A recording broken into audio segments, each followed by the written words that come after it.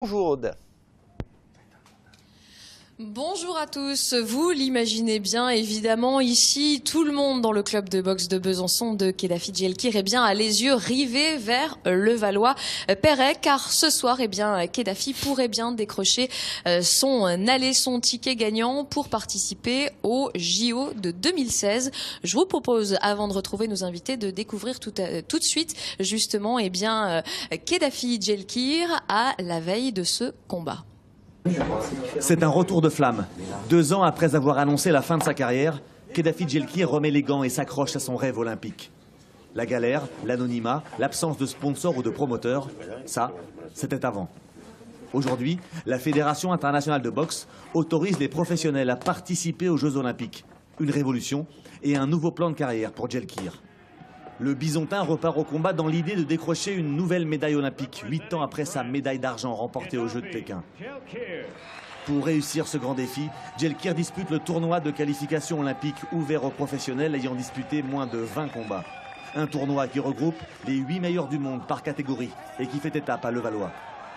Chez les poids coqs, Djelkir assume avec autorité son rôle de tête de série. Face à l'invaincu brésilien De Jesus, le Français boxe façon rouleau compresseur. Toujours sur l'homme, offensif, agressif, il entreprend pendant 6 reprises un remarquable travail de démolition. Le Français fait forte impression et remporte facilement au point cette demi-finale. Djelkir n'est plus qu'à une étape de la qualification olympique. C'est une grande satisfaction pour moi de pouvoir participer à cette compétition-là, de pouvoir aussi gagner un titre de champion du monde par la même occasion et aussi me qualifier et revivre une 3e fois les Jeux olympiques. La recette est bonne.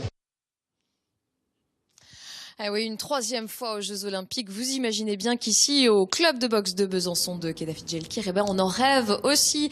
Avec nous à côté du ring, pas sur le ring, juste à côté, le président et vice-président du club, Stéphane et Kamel Adjiras. Bonjour. Bonjour. Merci déjà de nous accueillir ici, chez vous. Et vous êtes d'autant plus gentil de nous accueillir puisque vous partez, je crois, supporter justement Kedafi. C'est ça, Stéphane? Oui, effectivement, on part dans 3 quarts d'heure pour aller supporter Kedafi et l'encourager dans cette nouvelle conquête et puis en espérant qu'il va décrocher cette qualification olympique. Et vous êtes un peu tendu, non? J'imagine aussi. Oh. Pas autant que lui, mais quand même. Oui, on est tendu, c'est normal. Enfin, on a quand même l'habitude avec Kedafi parce que c'est pas sa première Olympiade, mais on est tendu parce qu'il y a des enjeux.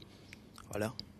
Kamel, expliquez-nous, en gros ce soir, en fait il s'agit d'un championnat du monde et le premier décroche automatiquement son titre, c'est bien ça? Oui, c'est bien ça, oui. Donc là, le championnat arrive à terme.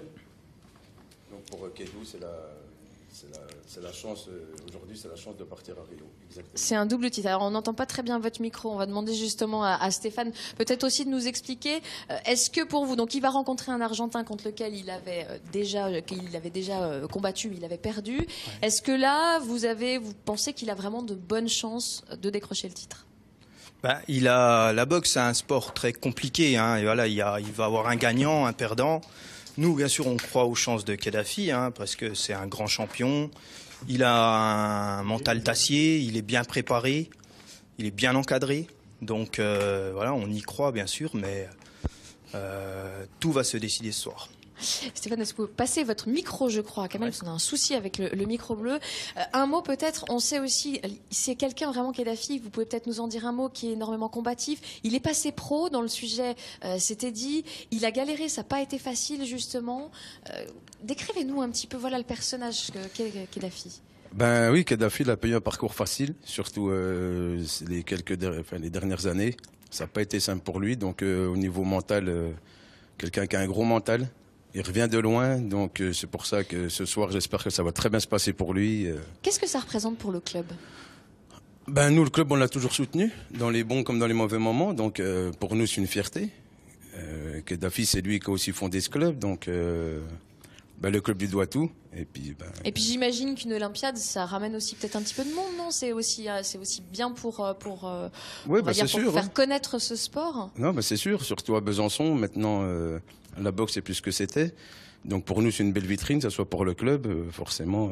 Après, au niveau des adhérents, on espère On espère en avoir encore On plus. espère en avoir un peu. Eh ben, vous parlez des adhérents. Merci beaucoup, merci à tous les deux. On croise les doigts, bien évidemment, pour Kedafi. Je vais retrouver justement deux adhérents du club, Arnaud et Hélène. Bonjour. Bonjour. Bonjour. Une question, d'abord peut-être à Arnaud.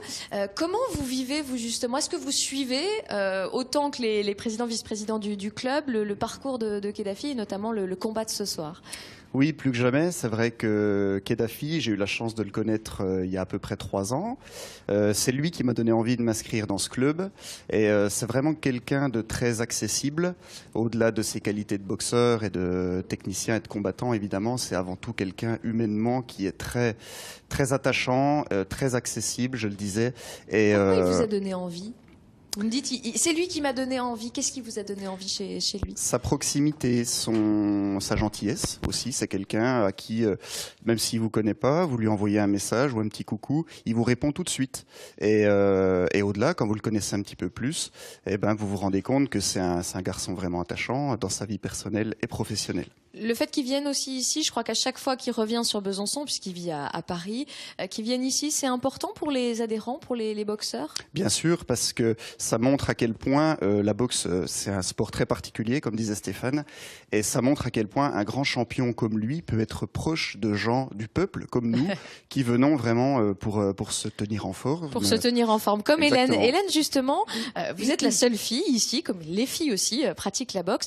Qu'est-ce qui vous motive dans ce sport? Qu'est-ce qui est si intéressant, justement? On va finir là-dessus. Il y a d'abord l'aspect physique, puisque évidemment c'est un sport qui exige beaucoup de dépassement de soi, tant au niveau mental que physique. Il y a également le côté ludique, puisque c'est très enthousiasmant pour une femme de pouvoir taper à loisir sur des hommes pendant une séance d'entraînement. Merci Hélène. Et je leur fais très mal. Et voilà, c'est beaucoup cet aspect-là qui m'a attirée. On est accueillis en plus avec beaucoup d'enthousiasme et beaucoup de Merci respect. Hélène. Voilà, en tout cas, ça sera le mot de la fin. Il faut pas hésiter, même quand on est une fille. Je vais peut-être m'y mettre d'ailleurs à la boxe. Merci beaucoup.